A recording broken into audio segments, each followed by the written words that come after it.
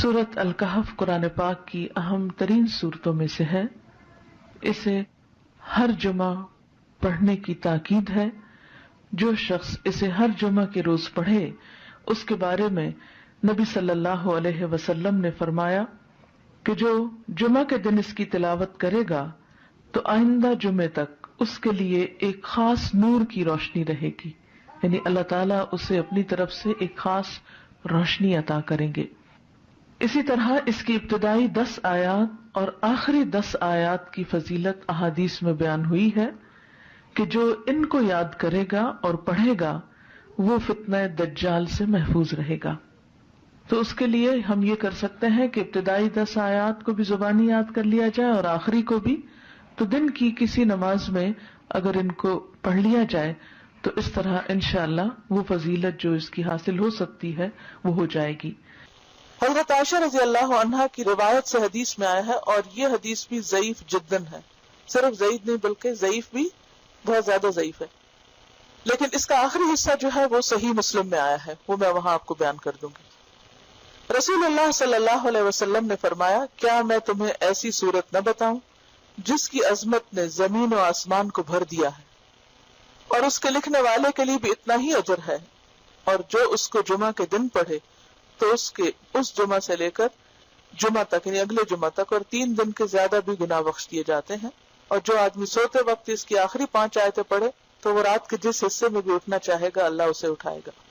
تو لوگوں نے کہا ہاں اللہ کے رسول صلی اللہ علیہ وسلم ضرور بتائیے. تو آپ نے فرمایا سورۃ کہف.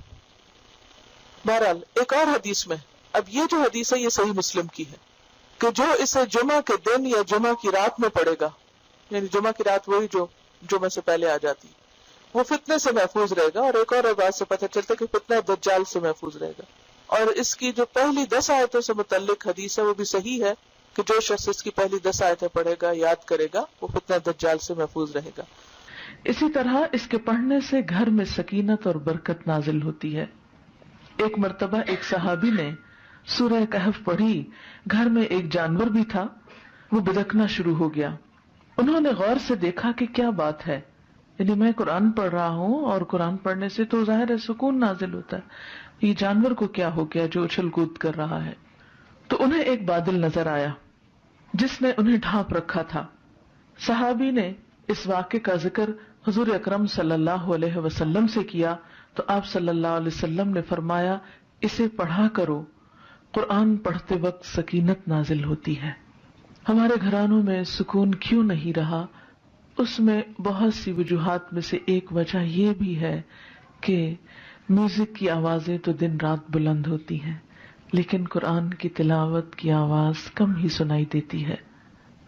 اس کے لیے میں یہ سجیسٹ کروں گی کہ ایک تو قرآن پاک کا کچھ نہ کچھ حصہ نماز فجر کے بعد بلند آواز سے تلاوت کیا کریں، کہ آپ کے آس پاس کی چیزیں سنیں، آپ کے گھر کے افراد سنیں، در و دیوار سنیں، کیونکہ جہاں جہاں تک قرآن کی آواز جائے گی وہ سب چیزیں آپ کے حق میں گواہ بنے گی.